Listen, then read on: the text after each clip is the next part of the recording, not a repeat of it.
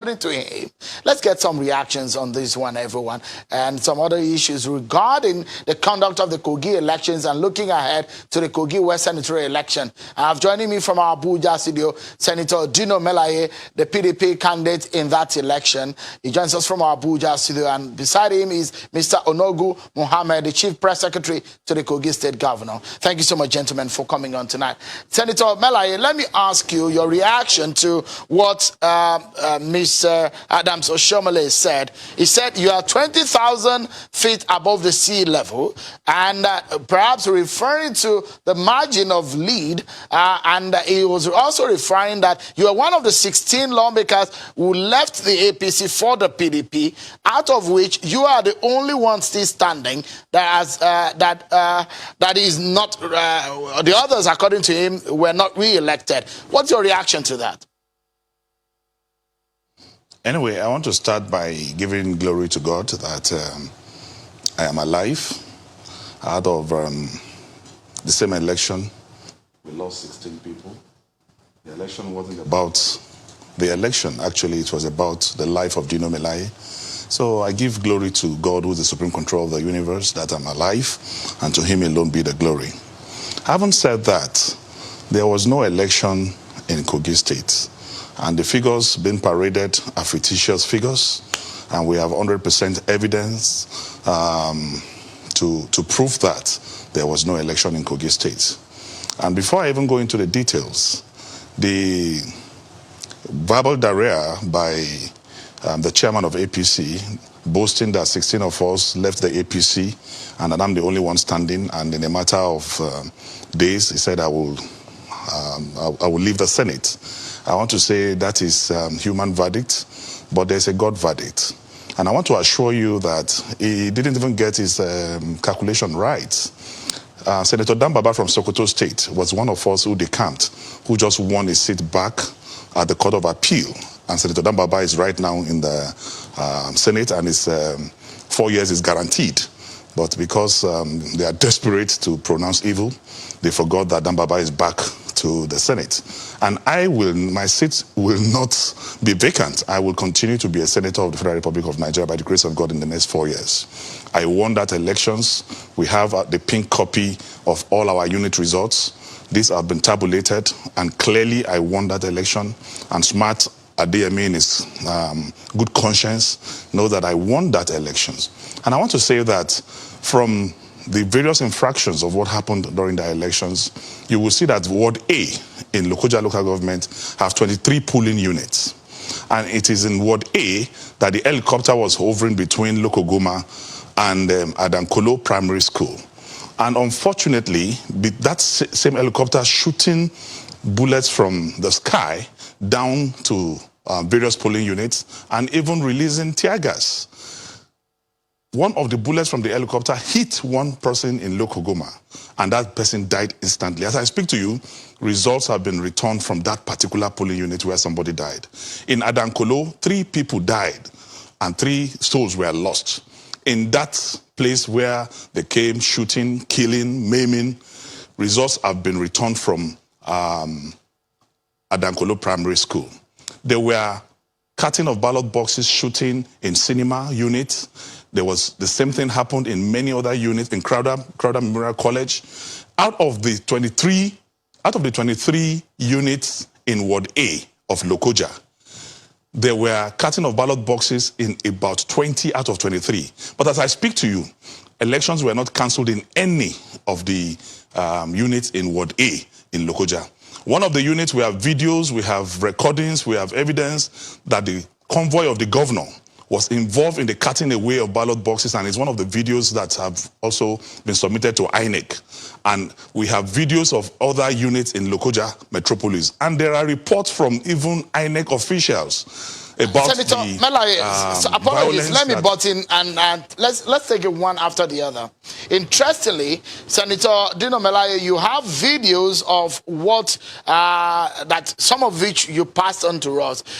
The gentleman there from the APC, they also have videos, evidence, allegations of the fact of what they called infractions by your party. Interestingly, some of those videos, Channel Television cannot independently verify them, but those are the videos that you submitted submitted. We will play some of those videos for you to be able to speak to, and so that viewers can get a sense of what you're talking about tonight. But let me allow you to speak to what your party said, Senator Dino Melaye. Your party says that they are boycotting that election. Is that true? Are you boycotting? Are you still part of that election of next Saturday? It's a misrepresentation of the facts presented by the spokesperson of the PDP. He never said we're boycotting that election. This is just the imagination and postulation of the APC. He said the party rejects the results of that election and the figures that is giving birth to the rerun of, or rather the supplementary elections. The PDP is a people's party. The PDP is a party that respects the constitutionalism of democracy. The PDP will never shy away from political participation and elections. And the PDP will never say they are boycotting any election, though we all know that they are not credible, it's not fair, it's not free. But as a party, the PDP will never shy away from political participation. But what I'm saying in essence is that those figures that you see there, they are all concocted figures. For example, the Kababunu, Ijumu, the Kababunu local government, when presenting their report before the senatorial collation officer in Lokoja, channels reported it, and I have a video from Channels TV that showed that the professor became a primary school student because it was jittery, it was shaking, it was not organized. He even had to ask for time to go and cool off and come back. But when he came back, he told the collation officer that he had 26,000 plus people accredited in Kababunu local government. 26,000 plus. And he said he had 22,000 plus cancelled votes. And simple arithmetic that not even a professor, an elementary year student in the primary school know that 26 minus 22, you can only have 4,000 valid votes. And out of these 4,000 valid votes, it was reported that APC recorded 15,000 plus and PDP 8,000 plus. So that mathematics can never add up, and that is part of the computation that have given SMART the fictitious 80,000 votes that is paraded. Senator Melaye, cancelled. Apologies. Let me butt in, and I'll read to you the statement from your party. Your party says, and I quote, "As long as the figures in the main election are fundamentally flawed, the proposed rerun cannot reflect the wishes of the electorate, and Nigerians are wondering if it will make any sense to participate in an electoral process that is already deficient." That's the statement. That did not in any way say we won't participate. And if you go to the last paragraph of that statement, I want you to read it. The last paragraph of the statement released by Kola Olagbondiyan clears the air.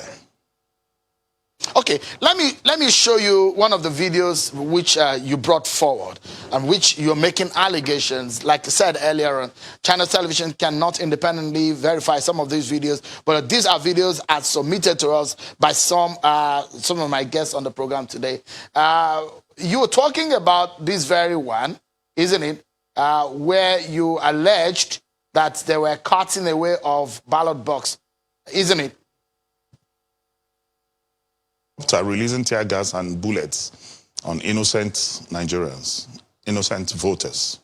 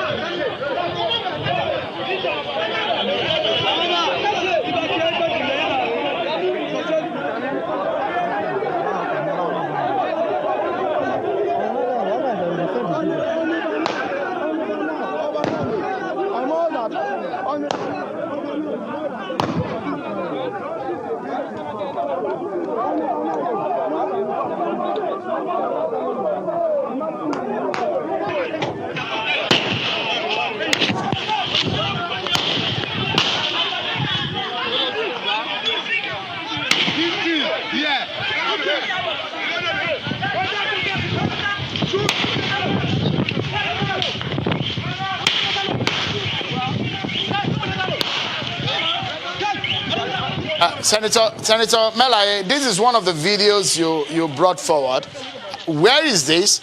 And what can you relate to? Because a lot of people, these are some of the videos you picked up somewhere. How can you validly say that this represents what you're talking about? And these are some of the videos you submitted to INEC, isn't it? I want to disagree that you said I picked them from somewhere. We are a very organized political party, and we armed our people with secret cameras on election day in all polling units. And I want to tell you that these are verifiable videos. It is not, we didn't pick it from just anywhere. These are recordings of specific polling units, and everybody who lives in Kogi State know the environment where a polling unit exists, and they can tell if it is the same environment or not. And I want to tell you that most of those videos that you see are videos from one specific polling unit or the other, especially those from Lokoja. And out of all these areas that this violence took place in Ward A, not one of those areas were cancelled, because they know that Ward A in Lokoja is one of our strongest hold, and they know it's highly populated. It has about 64,000 plus registered voters in Ward A alone. So they refused to cancel any of those areas, even areas where people died. 3 people died in Adankolo. They didn't cancel one of those units, and they came up with their fictitious figures. For example, like I told you about Kababonu is there, then, or you go to Kakanda, where you have about 500, you have about 2,300 accredited voters, and they turned in 5,000 votes for the governorship and 4,000 for the Senate. Or you come to a place like Odokoro, where they used even a fake result sheet to enter the report. And there's a report from INEC officials that is already in our possession. We have certified copies from INEC of all the reports by their Senator own staff. Who would you, because some of this violence that you're talking about, who do you think are behind them? I mean, those behind this violence? Sheun, because you are a journalist, you may try to be careful and be neutral. But even children in their mother's womb can tell who is responsible. The APC and the Bello boys are responsible. It's obvious. It's everywhere. You don't need a prophet to tell you who is responsible. They are responsible because they didn't hide it. When government house vehicles, official convoys of the governor is involved, and you have seen videos where they are even celebrating killings inside government house where people are Senator Melaye, these are allegations, but we have Mr. Onogu Mohammed there. And I'm ready to be sued. Yeah, I'm ready to be sued. Mr. Mohammed, please, can you react to, you heard what he said. You also brought in some video of where you think violence was meted on your members and on this property belonging to APC members. How would you react when Senator Melaye says is the APC and your principal that is allegedly involved in this violence? Good evening. First of all, let me say that he is not aware of the statement he's making on the national television here. On the day of election, the Kogi State governor, who was also a candidate of the APC in that November 16 election, was in Okene, in Nagasa particular, where he exercised his franchise by casting his vote and ensured that the election there went on peacefully. The governor was not in Lokoja on the day of election, and he does not have dual existence. He cannot be in Okene and at the same time being in Lokoja. And the governor, as executive officer of the state, cannot be in anywhere without his convoy. So these are fallacious statements that they are making to discredit the entire electoral processes, to discredit the entire institution that were involved in the conduct of the election.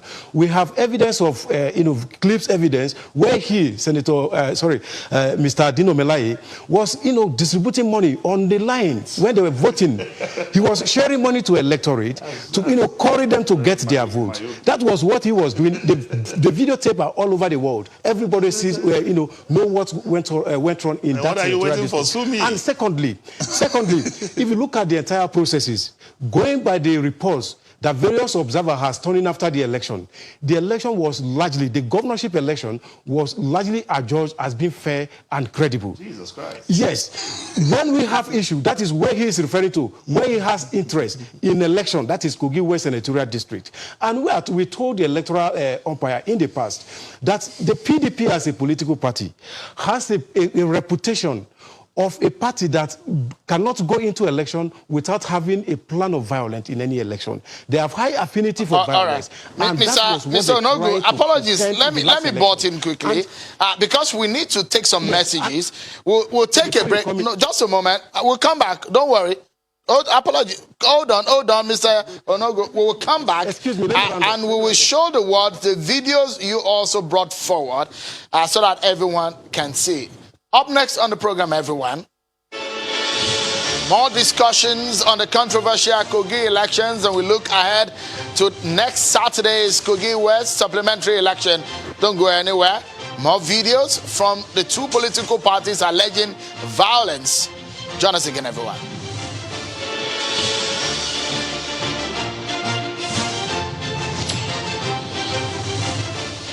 Enter the world of luxury Swiss Street doors. With over 28 years experience, stock is of exquisite historical doors made from the finest ancient aga and ivory wood. A range of exclusive armored doors, elegant interior doors, carefully crafted by the world's renowned architects and engineers. At Swiss Street, a door is much more, plus florals and premium quality onyx marbles. Distributors wanted nationwide. Visit Swiss Trade today or call now. Swiss Trade, a blend of beauty and security. It's the 2019 edition of the Kingdom Power and Glory World Conference. Theme, reigning and ruling as kings. Ministry life, Dr. Pastor Paul and Dr. Mrs. Becky Paul and Every plan and purpose of the enemy against you, everything that says you should not enter into the place that God has planned for you. Something that is beyond ordinary, beyond natural, beyond the usual is about to happen in your life. If you believe that, shout the loudest, amen. Music ministration, word and drastic move of God in signs and wonders. Surgery of 1.7 million just cancelled. Date, Tuesday 26th of November to Sunday 1st December 2019. Time, morning sessions 9 a.m. Evening sessions 5 p.m. daily at the Glory Dome, the Lord's Garden, Airport Road, Abuja, Nigeria. Anybody who is watered is power. You will surely testify the glory of God. Come expectant. For the first time since 1999, the appropriation bill has been presented to the National Assembly on time. This is a big achievement because since 2016, the annual budget has always been late. That the Nigerian government signed the Abuja Declaration in 2001 to allocate 15% of the national budget to the health sector. With adequate and timely release of funds to the health sector, Nigerians will have access to quality healthcare as healthcare facilities will be improved to meet the required standards. As elected representatives, you have a duty to ensure that adequate funds are allocated to the health sector beyond the 4.14% proposed in the 2020 appropriation bill.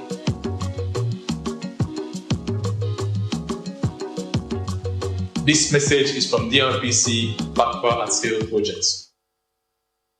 The PVT data shows that there was no elections in approximately 25% of polling units and suggests that the collation process for the Bayelsa governorship election was manipulated, particularly for Southern Niger local government area. This calls into question the official results announced by INEC and credibility of this election. While the PVT cannot determine who has won the governorship election for Bayelsa, regardless of the outcome, the PVT estimates suggest that the official results were manipulated during the collation process. We are calling on the President as chairman of the Police Council, but also as a person with ultimate responsibility for the defense of our Constitution, to set up a panel to establish exactly why state agencies refuse to play their constitutional role in these elections.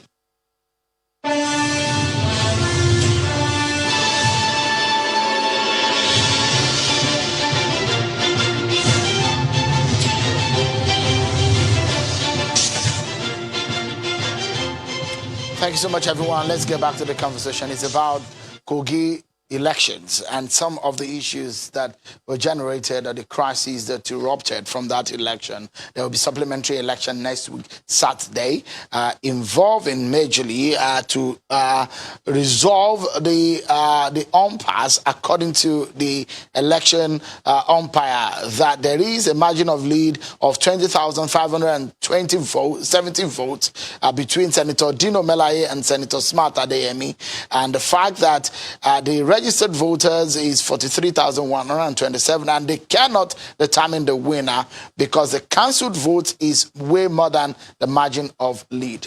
So let's get back to the conversation. There are allegations that PDP caused the violence, allegations from the PDP that APC caused the violence. So my two guests tonight have video evidence, according to them, to buttress their point that, look, the violence was from the other political parties. Senator Dino Melaye of the PDP has been speaking to us from our Abuja studio, as well as Mr. Onogu Mohammed, the Chief Press Secretary to the Kogi State Governor. Let's get back to the conversation. Let me allow you to continue on that line of thought, Mr. Mohammed. Perhaps there will be, you are saying that your principal is not involved because his name has been mentioned severally by Senator Dino Melaye and other PDP members, saying that some of the violence that erupted, in fact, the president has said there should be an investigation and is awaiting the outcome of that investigation of that PDP woman leader that was killed and where the arson happened. So go ahead, please. Thank you. Like I was saying, before this election, His Excellency Alhaji Bello, who was the candidate of the APC in the election, has said time after time that his interest in the November 16 election, one, was not to win. The major interest was to protect the life and property of every citizen of Kogi State, to provide an enabling environment for them to go out and exercise their right, return back to their home and live peacefully after the election. That was our plan. And that was what the government has done in collaboration with the police and other security agencies in Kogi State to ensure that we have free, fair and credible election. But prior to that election, there was a video that we sent to you. When you look at the video, you see that a particular candidate in the last election had a stakeholder meeting where members of his political party were preaching violence. They even said that the election was not about the ethnic agenda alone, but gun agenda. That they know how to use gun, that they should provide them with guns so that they can go out and molest innocent citizens who will come out to vote on election day. A day after that video was released, after that meeting, a particular chairman of a security committee for Wada Aruk election campaign organization in the Kina local government took out some of the talks they have in the Kina local government, and they brutalized a PDP stakeholder in that local government with vehicles vandalized. And what we did was that we make a report to police security agency, and they went ahead, they investigated the matter, and they apprehended the man who carried out that violence was apprehended. And as I'm talking to you, he was not around during the election. So what we did was that we preached to the people, once you have any iota of violence, or people fomenting violence towards Mr. Mohammed, alert the security agency to come to investigate. Mr. Mohammed, apologies. Then coming down to the issue of the woman that was burnt in the Kina local in Oshadam ward, that incident took place after election. It was a post-election violence, and we regret and we condemn such act carried out by various political parties. On the 17th of November, after the declaration of the election, some APC members who were jubilating in that community, had a confrontation with some PDP members, and in the process, a PDP member by the name Solomon Abu took out a bottle, broke it, and stabbed an APC stalwart in that community, Honorable Zachary Awol, a married man with 2 wives and 3 kids, and the man died in the process. When they returned the corpse from the hospital, the community took laws into their hand, unfortunately, which we condemn in totality.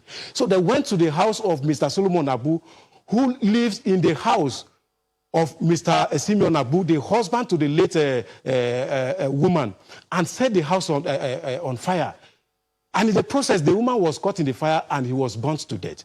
The state government issued a statement immediately on that very day condemning the act and ensured that the police should go after the perpetrator and bring them to justice. Mr. Onogu, if you allow me to quickly come in and ask you this question, just a moment. Okay. the rationale that the PDP is bringing into this conversation is your party directly benefited from the governorship election. And they're alleging that the security operatives and some of those who staged those brigandage were working with your party. Those are the allegations that, look, you benefited from it, and the ballot snatching were done to favor your party where you win the governorship election. How do you defend that? That was the last kick of a dying horse. The election was transparent. As far as we are concerned, we should give credibility and the credit to the electoral umpire. If you look at the conduct of the election in Kogi State, starting from the campaign, we held our primary election under free and fair atmosphere, without any hinges of violence. But when the opposition were conducting their primaries election in about September, last 2 months, you knew what happened. It was marred with violence. So they are synonymous with violence. In the entire campaign we held in Kogi State, across the 3 senatorial districts, across the 9 constituency, and across 21 local government, down to 239 wards in Kogi State, there was no record of violence. Mr. Onogo, is it true? Is it true? Hold on, Mr. Onogo, if you allow me to put this question through. Hold on, Mr. Onogo.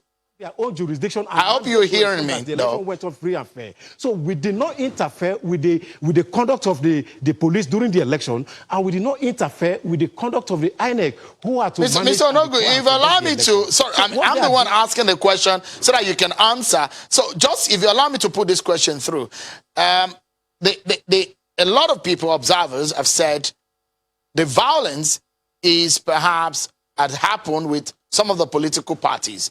Would you agree, or would you say that some of your members also partook in the violence? Just like I was saying, the members of the APC in Kogi State and all the followers of Alhaji Bello have been conscientized even before the election on the need to go out and cast their vote peacefully.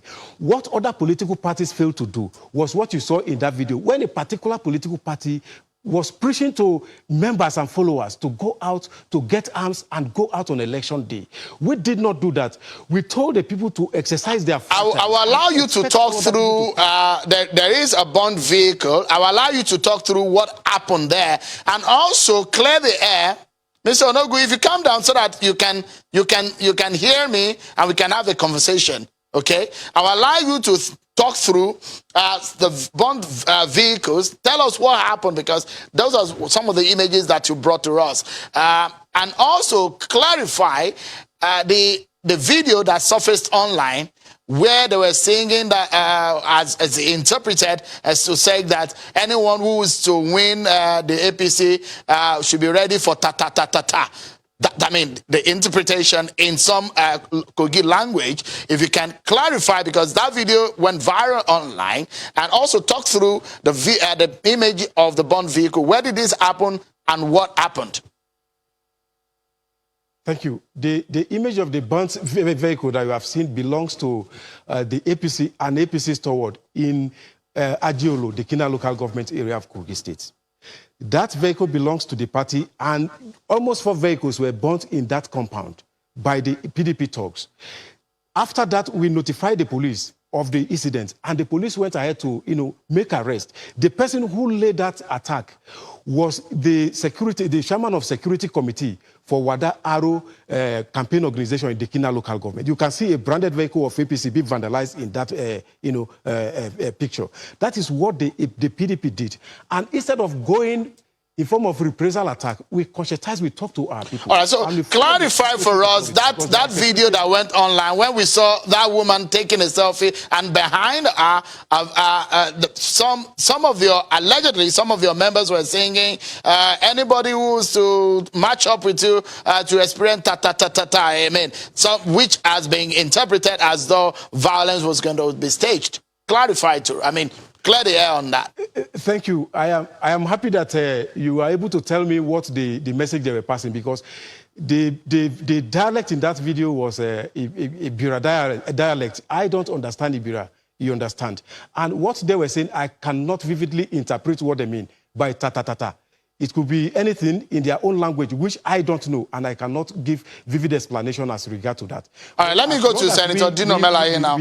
Senator Melaye, come back. I'd like you to respond to what has happened. And I would like to ask you a similar question, because the allegations are that one of it is the fact that your party and the APC and some other political parties were all equally involved in violence. Would you say, I agree, that some of your members also partook in the violence? Anyway, I want to start by saying that Mohammed here is like a younger brother. I know him very well. But I just want to say that I understand the angle he's coming from. It's very pathetic, because any attempt for him to speak the truth here today means that he's going to lose his job. So whatever he's saying here is to protect himself and protect his job, because I know he's a man of good conscience. And I know that he will have to either do some astaghfirullah after this program, or he will have to read Psalm 55 and 51 to ask God for mercy for lying on this program. Having said that, I want to say categorically that the pictures being paraded here are still pictures. And these are still pictures from his own presentation of events before the election. And no one can tell. Those pictures could have been from Sudan crisis. It could have come from Chad. These are still pictures. But we have given you videos, both audio and video, pictures of events that happened on election day, with clear visibility of the environment to show that ballot papers were being carted away. The audio of those videos very visible. Policemen seen in police uniform carrying ballot boxes. I've also given you video and given INEC video where a local government chairman was seen carrying ballot box on that day. We have given you video to show where Deputy Chief of Staff, the government house, was involved in those who killed my nephew in Aetoro. We have all these videos, and all of them. But you submitted these videos, Senator Melaye. You said you submitted these videos to INEC. To what effect? What were you asking INEC to do with these videos? Were you telling them that the election shouldn't hold? It's only corroborating the reports that INEC officer had already submitted to INEC. People, which we have certified true copies of all those reports. There is no video we submitted that INEC officers did not write a report against it.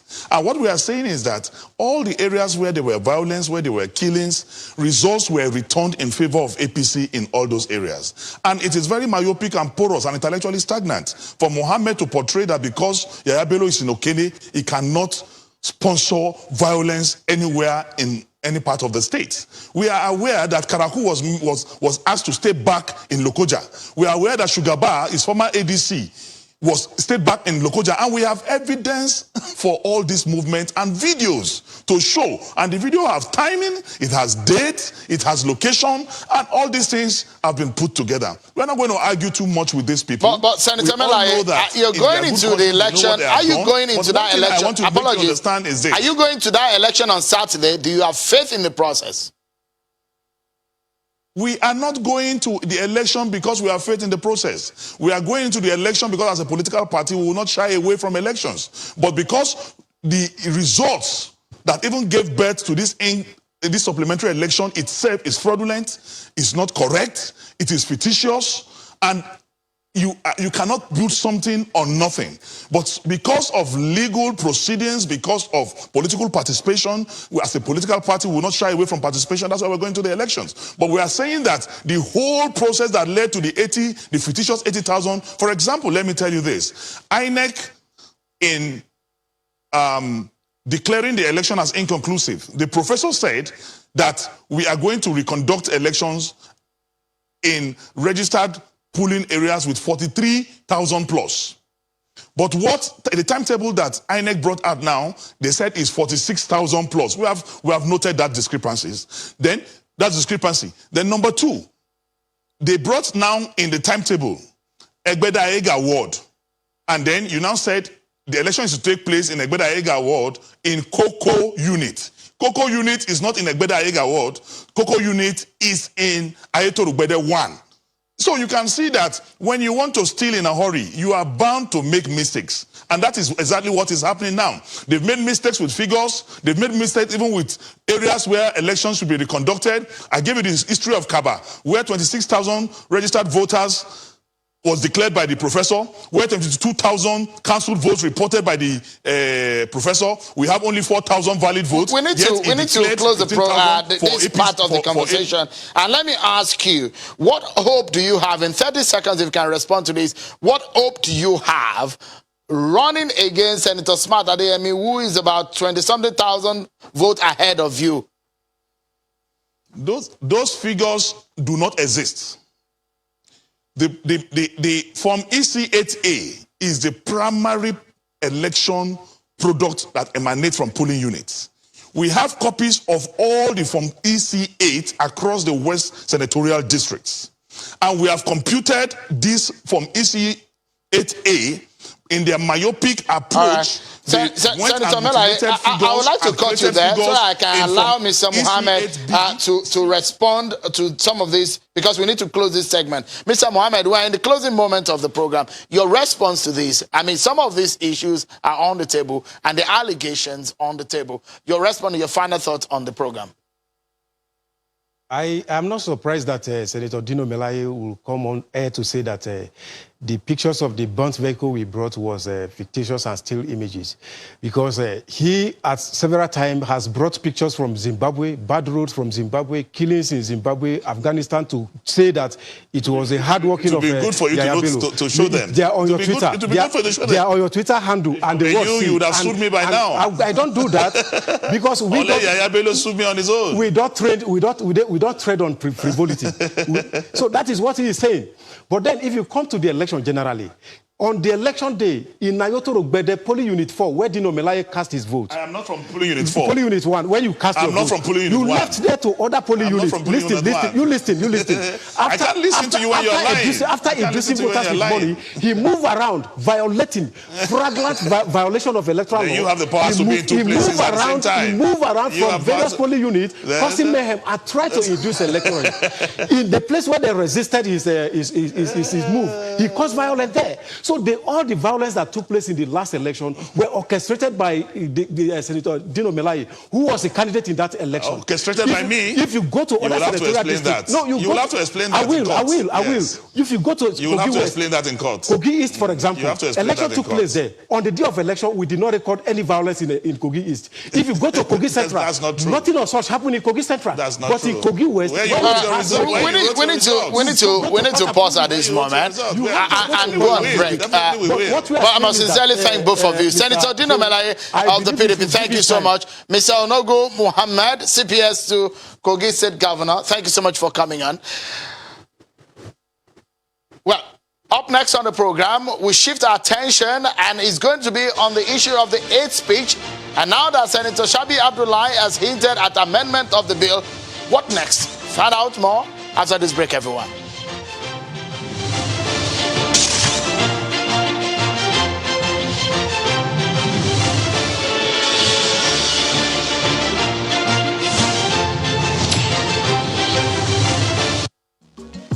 For the first time since 1999, the appropriation bill has been presented to the National Assembly on time. This is a big achievement because since 2016, the annual budget has always been late. That the Nigerian government signed the Abuja Declaration in 2001 to allocate 15% of the national budget to health sector. With adequate and timely release of funds to the health sector, Nigerians will have access to quality healthcare as healthcare facilities will be improved to meet the required standards. As elected representatives, you have a duty to ensure that adequate funds are allocated to the health sector beyond the 4.14% proposed in the 2020 appropriation bill.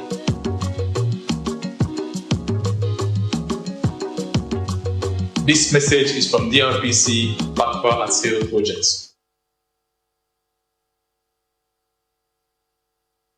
Enter the world of luxury Swiss Street doors. With over 28 years experience, stock is of exquisite historical doors made from the finest ancient aga and ivory wood. A range of exclusive armored doors, elegant interior doors, carefully crafted by the world's renowned architects and engineers. At Swiss Street, a door is much more. Plus, florals and premium quality onyx marbles. Distributors wanted nationwide. Visit Swiss Street today or call now. Swiss Street, a blend of beauty and security. The intention is definitely to contribute in making sure that our country remain one and united. The truth of the matter is, over the past few years, or 2-3 decades, we all know Nigeria has changed a lot, some for the good and some for the bad.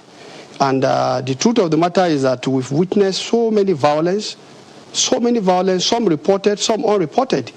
And in all of this, there are people who have taken time also to study why these violence are taking place. And in all of the violences, majority, from what I have seen through the studies and the reports I have seen, many of them are preceded by hate speeches. And it is always along two fault lines, that is the religious or the ethnic. Under the current political dispensation, there are enough laws to deal with hate speech in Nigeria. If we're now dealing with incompetence or indolence on the part of the neo-colonial state to enforce the existing law, should not be interpreted, should not be an invitation to go to the drawing board and be giving the country more draconian laws. And as far back as 1983, this matter has been settled by the Court of Appeal in the case of Otonwankwo and the state, when a colonial law, a provision of a colonial ordinance, sedition law, that was localized by the Nigerian indigenous ruling class to harass their opponent, the Court of Appeal made it clear in that case.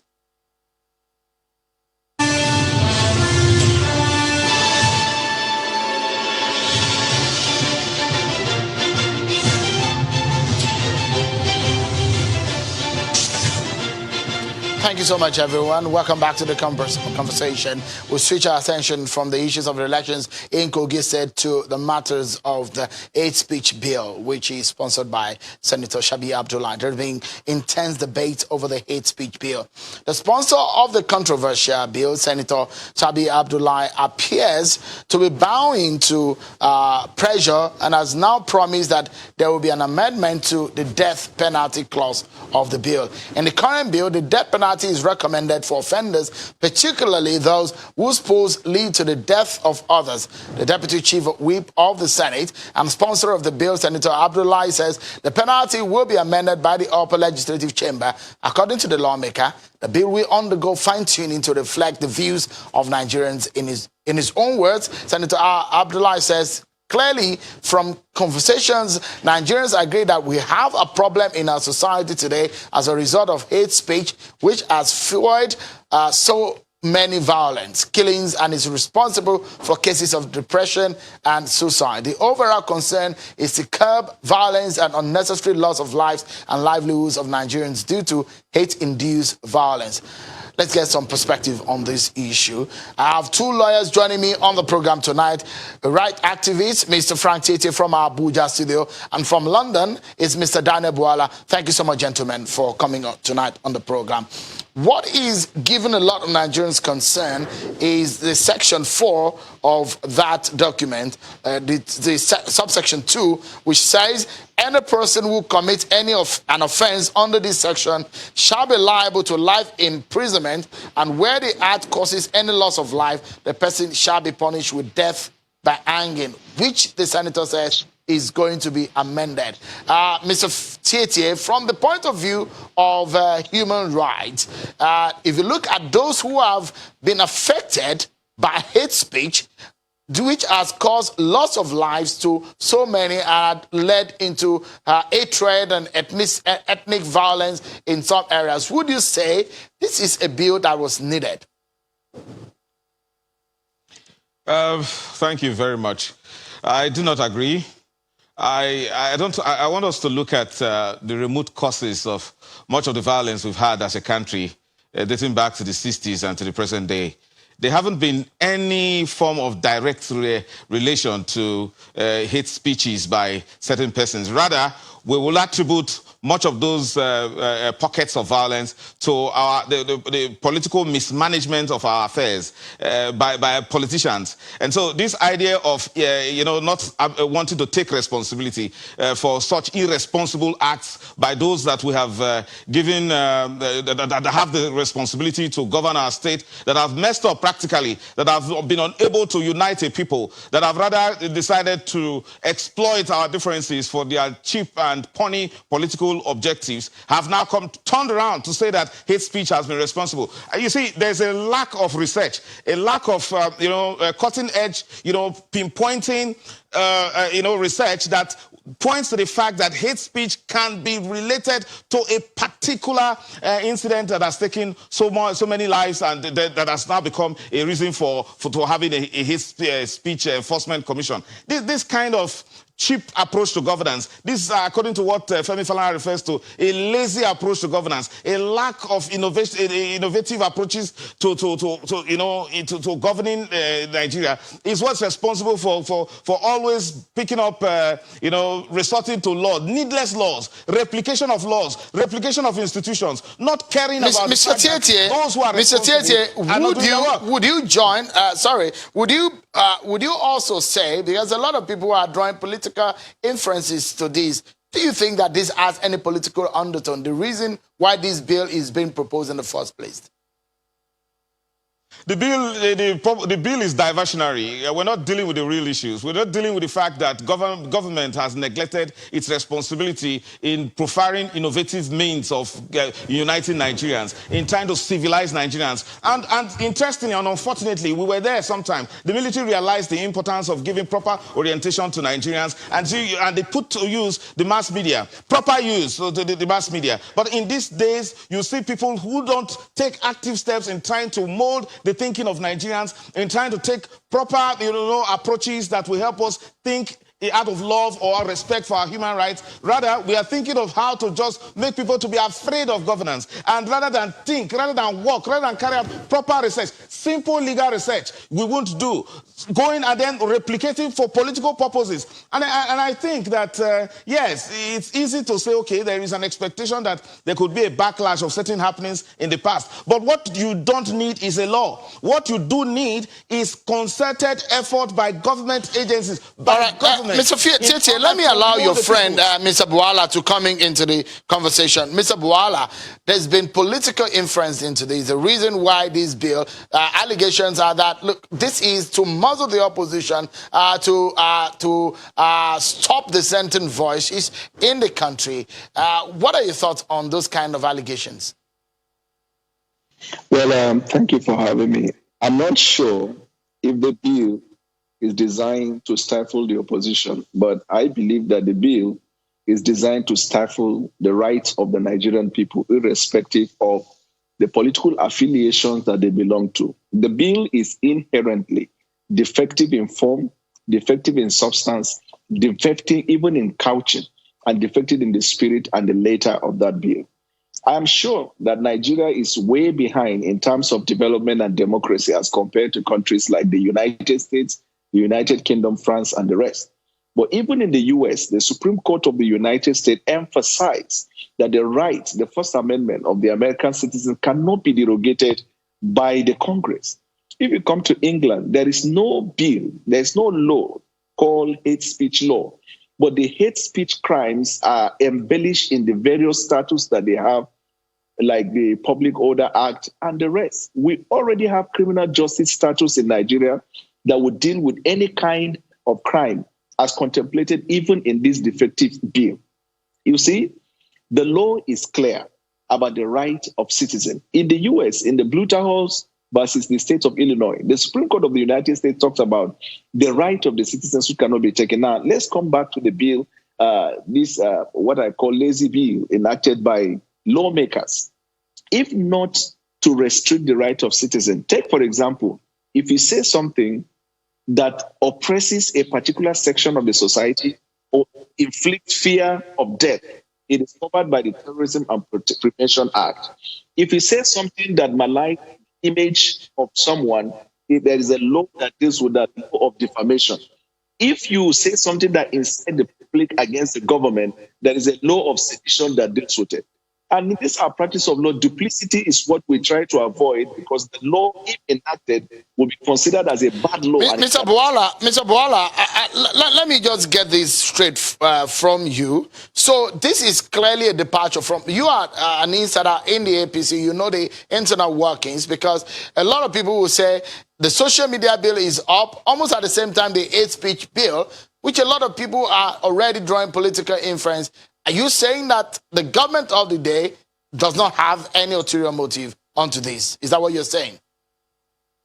I do not. You see, in our party and in our government, I have seen in this my little life how that some people are overzealous in trying to impress the president by proposing all kinds of laws. Not too long ago, they were talking about third time. And we told them it's not interested. And in all the two occasions that I've had proposing this bill talked about, their emphasis is always on protecting the president. How can you pass a law to protect the president? The Constitution demands the president to protect the citizens. So I do not see it as an agenda of APC. And as an APC member, I will never in support of this bill. If enacted, I can tell you this, if this law is challenged in the court, the law is going to be struck down, because the powers of the National Assembly is to make laws for peace, order, and good government. If the law is not bringing peace, if the law is not bringing order, such as this one, that is in definition, faulty, determining what amounts to hate speech, they call insult as amounting to hate speech, all kinds of problems. All right, we need to go. Mr. Tietie, in 20 seconds, what do you think is the way forward to kill this bill or to tinker with it? In 20 seconds, Mr. Tietie. The bill should be relegated to the dustbin. Senator Savi should apply proper legislative resources to areas where resources are indeed needed. This is needless replication, and I will continue to advocate that persons of competence. And I'm happy, Mr. Boala, I reaffirm my friendship on this particular matter with him. I'm happy he works for the National Assembly, and I think we need more persons who are competent to advise these lawmakers who exhibit a lot of disconnection between our existing laws and the people. This law is needless. It shouldn't even be mentioned. All right. We need to leave it at that, sincerely. But I must sincerely thank the knowledge brought to the table tonight by the two of you, Mr. Frank Tietie, rights activist and lawyer, and also a friend here, Mr. Daniel Boala. Thank you so much, gentlemen, for coming on tonight. Well, that's our show for tonight, everyone. Many thanks for watching. I'm Sean Okimalo. Enjoy the rest of your evening.